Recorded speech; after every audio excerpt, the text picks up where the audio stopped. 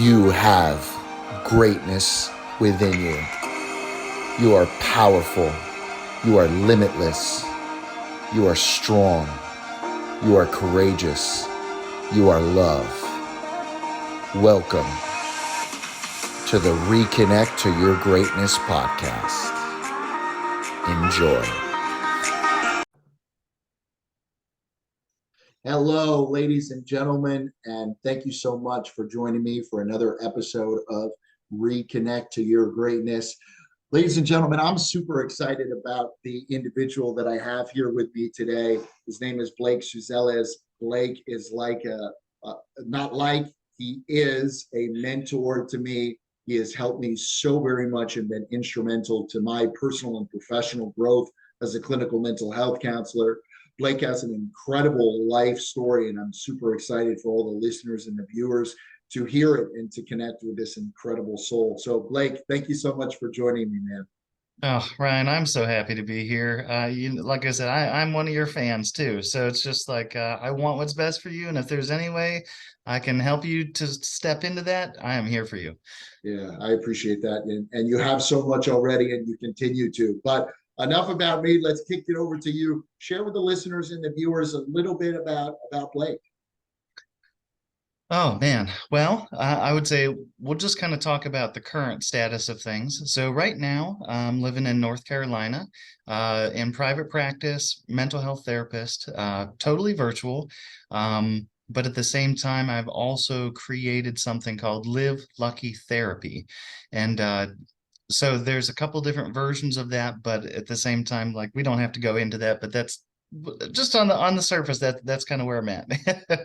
Awesome, man. Well, I've participated at least in a portion of the early stages of the Live Lucky program and Live Lucky therapy. And so I can personally attest to the listeners and the viewers that this is by far one of the most transformative of therapies and programs and self-improvement engagements that you could ever participate in. So we'll definitely get into that in a little bit here. Share with the listeners and the viewers a little bit. When you and I first connected, we connected kind of through Washington State, although you were living in North Carolina at the time. But maybe just in a couple minutes so that the listeners and viewers can get connected. Share a little bit briefly about your early childhood, how you ended up in Washington, and then back in North Carolina. Oh, yeah, I'll do my best to keep it just a few minutes, Ryan. Okay. But just, to start off, it was a dark and stormy night and I was born, but I was born with my intestines on the outside of my stomach. And so that's a birth defect called gastroschisis. And so at that time in 1980, not very many children are actually successfully thriving after, even if they survive the initial like couple years, usually by 3 years of age, it was just kind of like, well, we don't know what's going to happen. But obviously I'm here 42 years later, so this is a good thing. But like you were saying, last year though, I was having some pretty massive complications with relating back to that particular birth defect. And I mean, I'm 6'1", and I was down to about 130 pounds at my lowest there. It was a pretty scary moment. I mean, I had best friends come visit me and told me months and months later, like, I thought that was going to be the last time I saw you. Like it was really scary.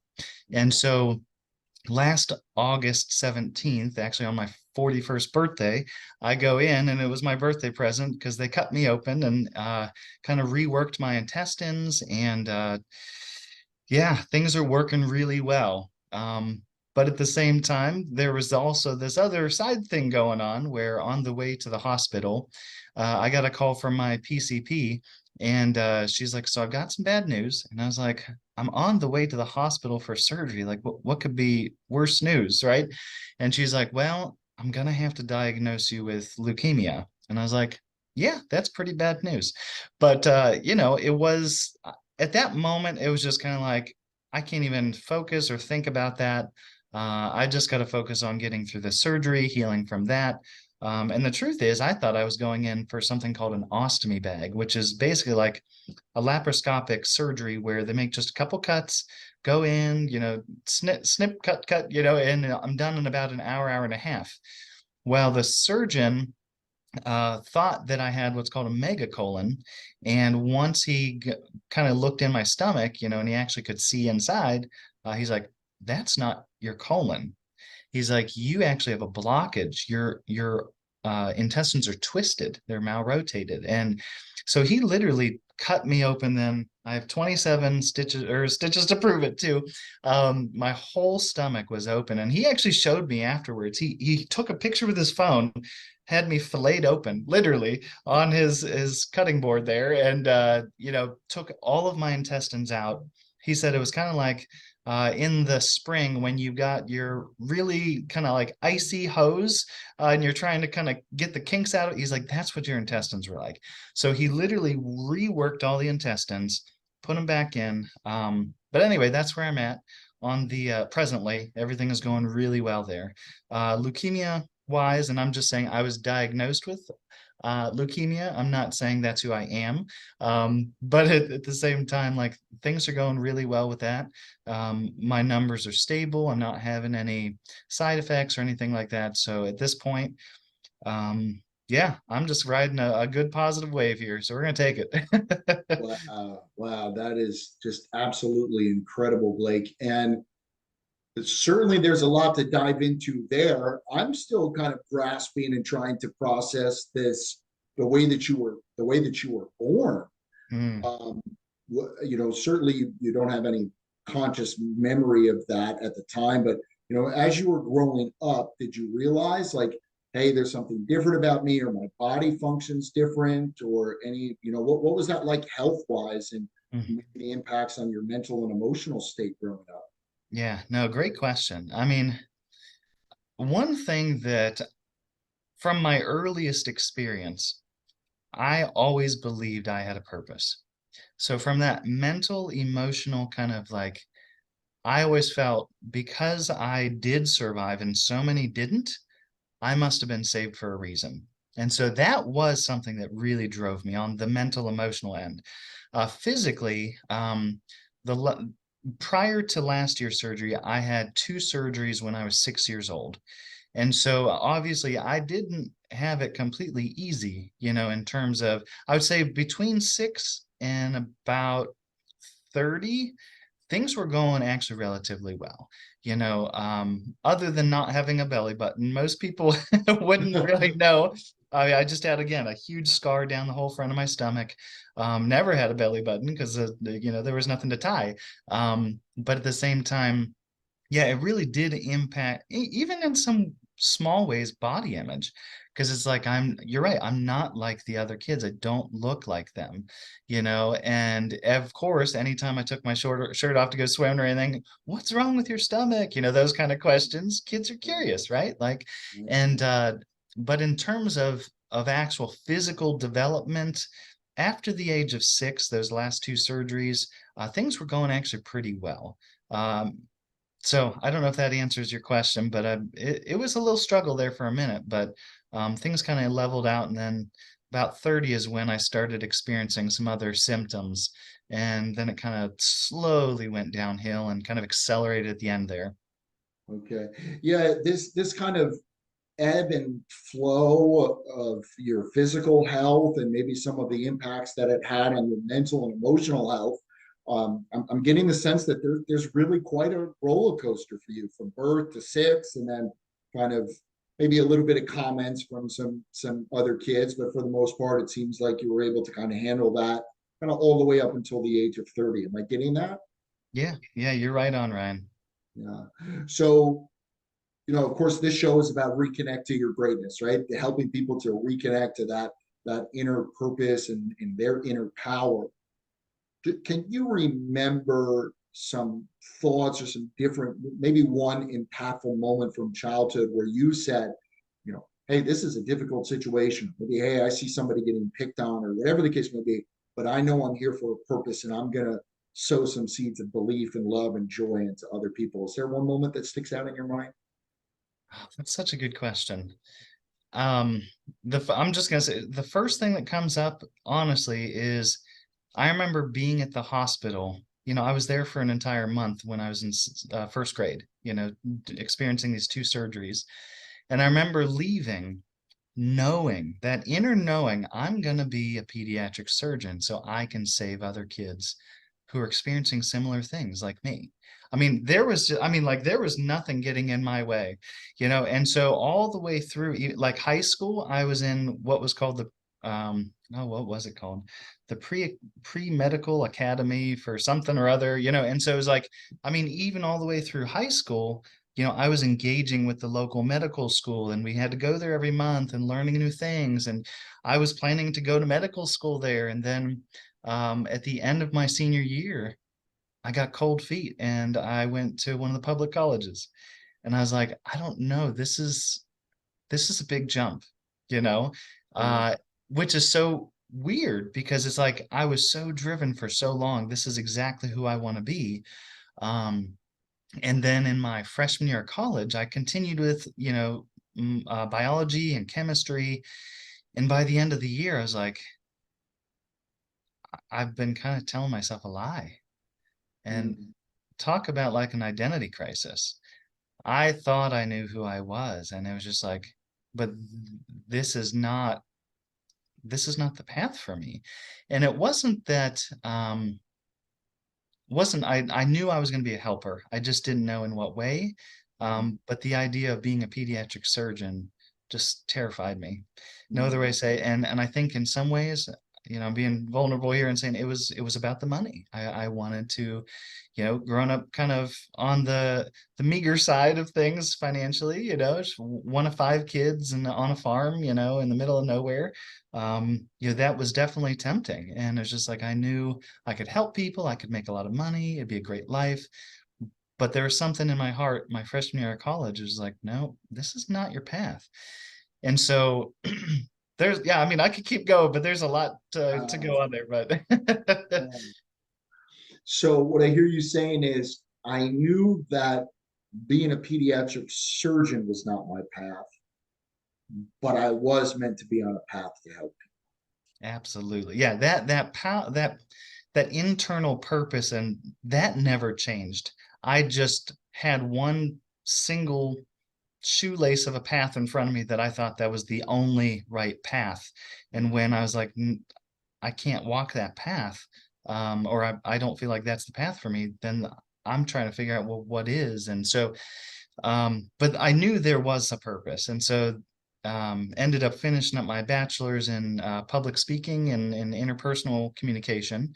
I actually thought I was going to go into seminary right after my bachelor's and to be a pastor. And my wife's like, hey, we've got two young kids. We have one on the way.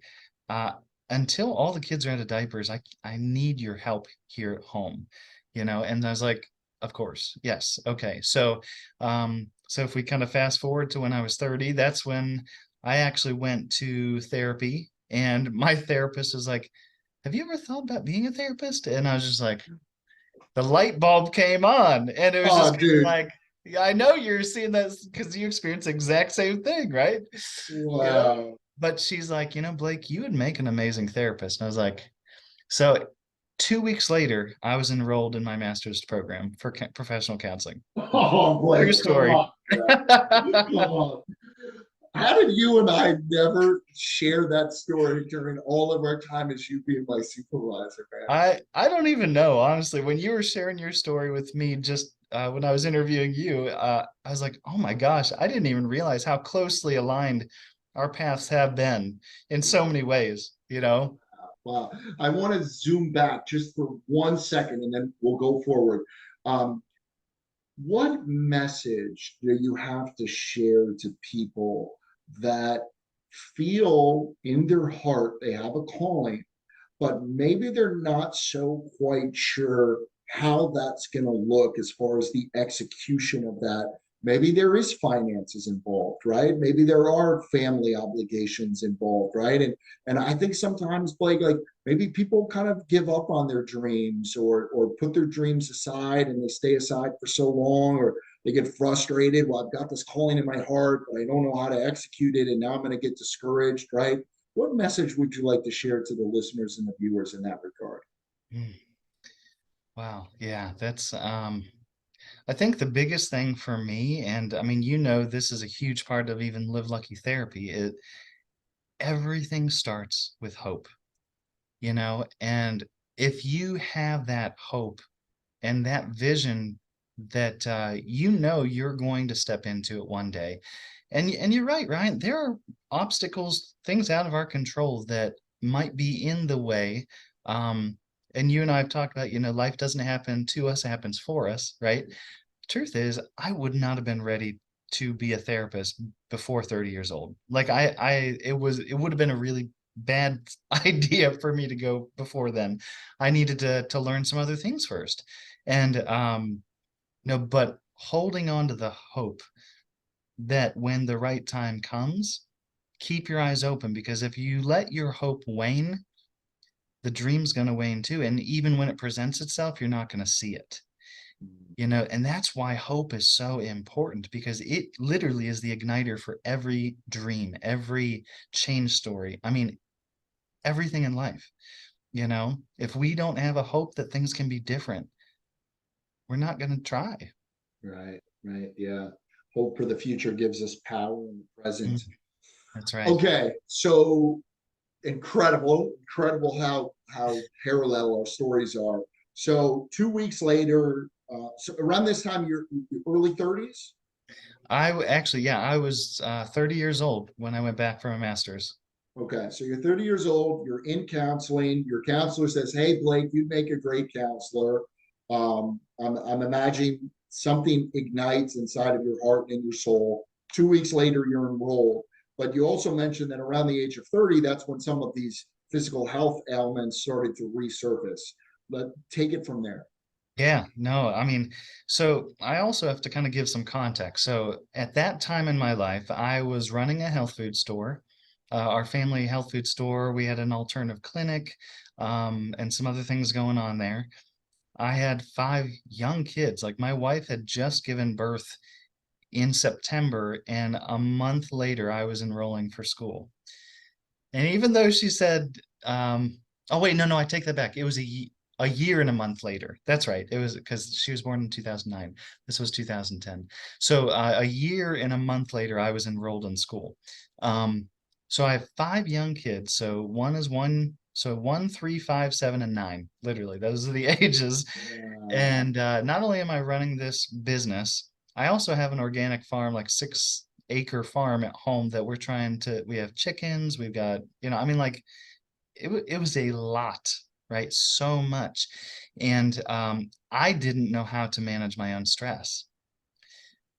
And so it was actually during that time that the stress actually kind of flipped on some of those genetic predispositions to different allergies and just my digestive system. I mean, just to be vulnerable here, I started having chronic diarrhea and I never stopped until I had surgery last year, you know? And so that was a huge issue, physically, but then the stress itself, I didn't know what to do.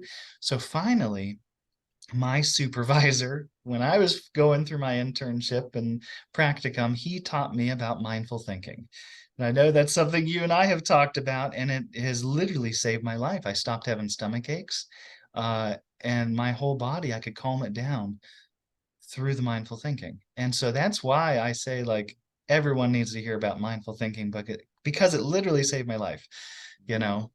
Yeah, wow, so incredible and great. Let's unpack it more there as it relates to mindful thinking. I know this is something that you really instilled in me when I was under your mentorship and supervision. Sounds like it made a very impactful moment in your life.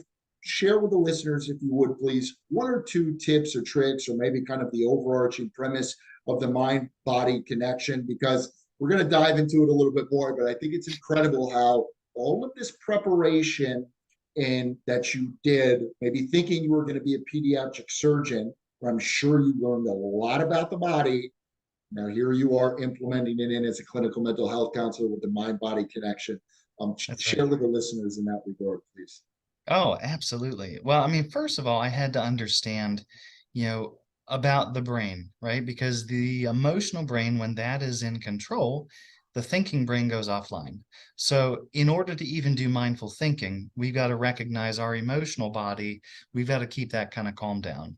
So, once we do the things that we need to do, whether it's deep breathing, meditation, yoga, running, whatever, lifting, you know, we've got our emotional brain calmed down, then we can step into mindful thinking.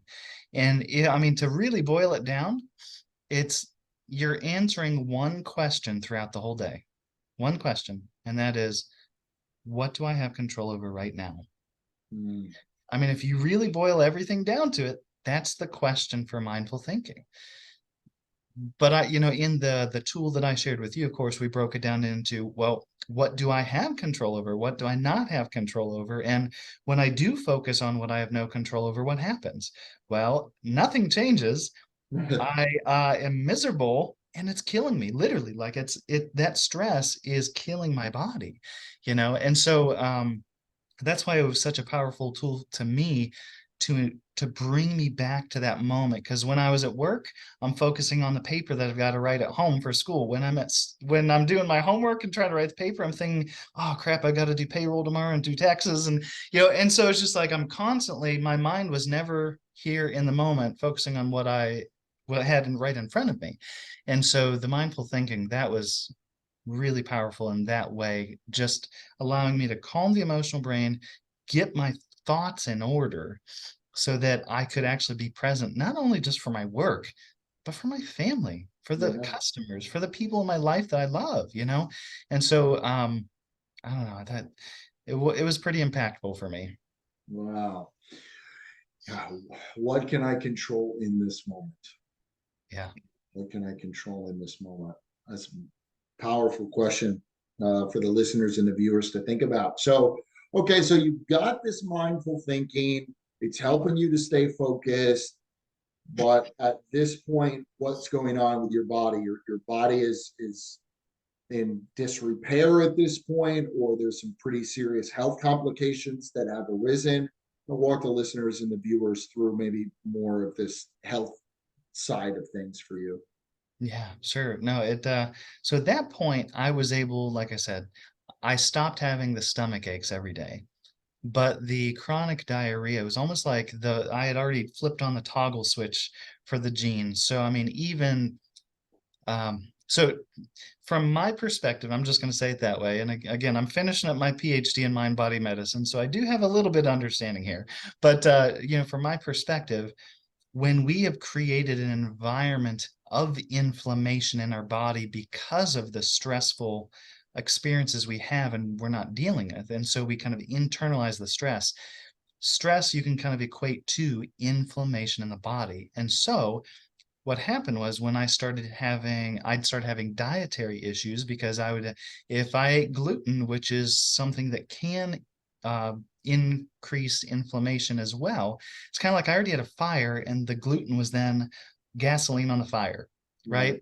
right? And so I worked with diet, I worked with supplements, I worked with all these things for years, literally. I mean, uh, a dozen years, trying to get control over that through mainly diet and supplements. And what it came down to was, it wasn't a functional issue, it was structural. I Mm, had to have a surgery, but the stress that I put my body in during that year, I created all that inflammation. I do believe, and this is my body telling me, like that's what was the impetus to the domino effect of then the malrotation and it wasn't a megacolon, but that's what they thought it was, and all these other things. Um, because the truth is, now on the flip side, structurally everything is working. mm, Functionally, I'm doing really well. I can eat gluten. I can eat a lot of these things that I couldn't eat before the surgery or for the past decade or more, because of the inflammation in my body. Now that I am walking every day, meditating every day, really paying attention to allowing my body to de-stress and be in that calm environment inside, not that stressful state inside, Yeah. That changed everything. Mm. I'd like to invite you, if you feel comfortable, to go just one layer deeper with the vulnerability, because I think that it might really help for the listeners and the viewers to connect to this.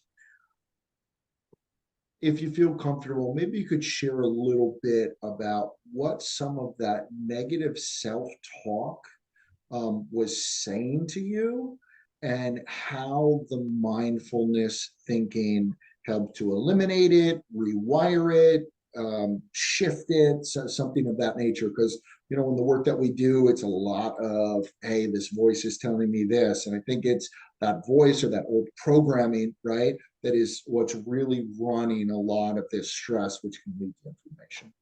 Yeah. No, I'm glad you brought this up because so we said we've got to be able to calm the brain, the emotional brain. The mindful thinking helps us to organize our thoughts for the now. But what you're saying is there's a whole lot deeper stuff that you got to dive into in terms of creating that calm environment. And so I'm so glad you picked up on that, because the truth is I was still dealing with a lot of unhelpful programming. Even though I was able to be mindful, I still was believing a lot of lies that, maybe I am my body, I am my behaviors, I'm never good enough. Like all these unhelpful programs that I was still running in the background, which what? It's creating that internal stressful environment, all the inflammation, right? So even though I could be mindful, I still had the bad programming going on. So it's not like I could get rid of the inflammation, because that's also where it was coming from. So you're absolutely right. We got to rewire those thoughts, right?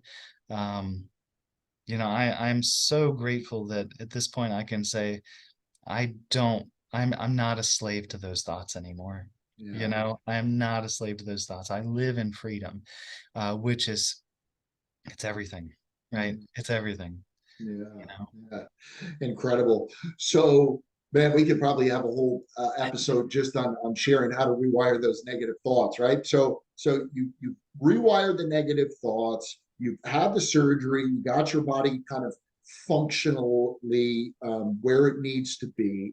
You've got the mindfulness thinking. Kind of take the listeners through now.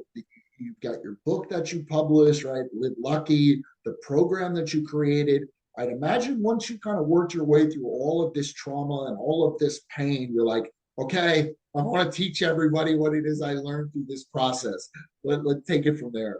No, that's exactly it. Because it's once we can step out of the victim role of where everything happens to me, like we've talked about, to then everything happens for me, that's when we can step into the creator role. And I'm not trying to be blasphemous about this. It's like we can finally pick up the paintbrush to our life and be like, how do I actually paint the canvas for me now moving forward? I can actually create a different life. I'm not a victim to it. And so that's what the whole Live Lucky program is. It's taking people from that victim state of whether it's I'm a victim to my thoughts, victim to my emotions, victim to my behaviors, my relationships, maybe work, family environment, whatever it might be in your life that it's like you kind of blame for where you are in that moment. Live Lucky allows you to work through the process of going from, I hope I am, but I fear that I'm not who I want to Mm. be, to then I know that I am who I want to be. And that is when you can step into that creator role of being able to do with your life what you want. And that for me was the Live Lucky therapy. I created that. And now you're right. I want to share it with the whole world. I want everybody to be able to experience the freedom, and it's just like, I don't even know how to explain it. Like, I mean, the loneliness, the sadness, the anger, all those emotions that um, I was just, it was just like I was in a soup of those negative emotions, and I dumped out the cup. They're not there no more. Doesn't mean don't have daily emotions. Of course, I experience disappointment, sadness, anger, all Sure. the emotions, but they don't enslave me. They don't control me anymore. And that's the difference, you know? Yeah. Well, that's like you said, that's freedom. So To the listeners and the viewers, I have participated in the Live Lucky therapy program. I did so kind of part, I guess you could say, as my own personal growth under Blake's mentorship and supervision. And so I just want to let everybody know I personally endorse Blake's Live Lucky therapy program. I've done a lot of work on myself, and I think every week when you and I would come together for kind of supervision, and then the time that we spent as part of kind of analyzing my participation in the program, there was times where I would come to like, oh my gosh, Blake, I just had this profound realization, man. And so, yeah, that's. I hope I always continue to have those, but certainly the Live Lucky therapy program really helped to be that catalyst for me in many ways. And I saw from the other members that participated in the program, I'll respect their privacy, but the transformation that I saw from them was just absolutely incredible as well. We're going to have the listeners and the viewers learn how to get access to that program. Just one other quick thing that I wanted to share in regards to that. And it ties back to what you were sharing before about pediatric surgeon and that desire. Like, you are particularly gifted, and of course you've got a lot of experience with this as a father, but you are particularly gifted and incredibly passionate about helping families and children. And we are going through a time now as we start to come out of COVID, but we're seeing the effects now on the kids, right? Just briefly, and I don't want to go too off topic, but you are an expert on this. What message would you have to share to the parents out there and the caregivers about how they can teach their children kind of some of this mindfulness therapy and being mindfulness at a level that is, able to be executed by kids? Oh, yeah. You're right. That is a lot to unpack, but I'll try to keep it short in just saying two things, really. Number one, as parents, if we can learn the communication of behavior from our kids, that's going to be the greatest tool you have, because then you're not basing the child's identity on behavior. You're just seeing it as a communication tool of either I'm okay or I'm not okay. Mhm. And then the number two thing is help them and yourself to understand their emotions and their body. Right? Like that is so crucial. I mean, we talk about the mind-body connection, and that at that young age, they don't know what's going on in their body. They just know I'm not okay. Like, Mhm.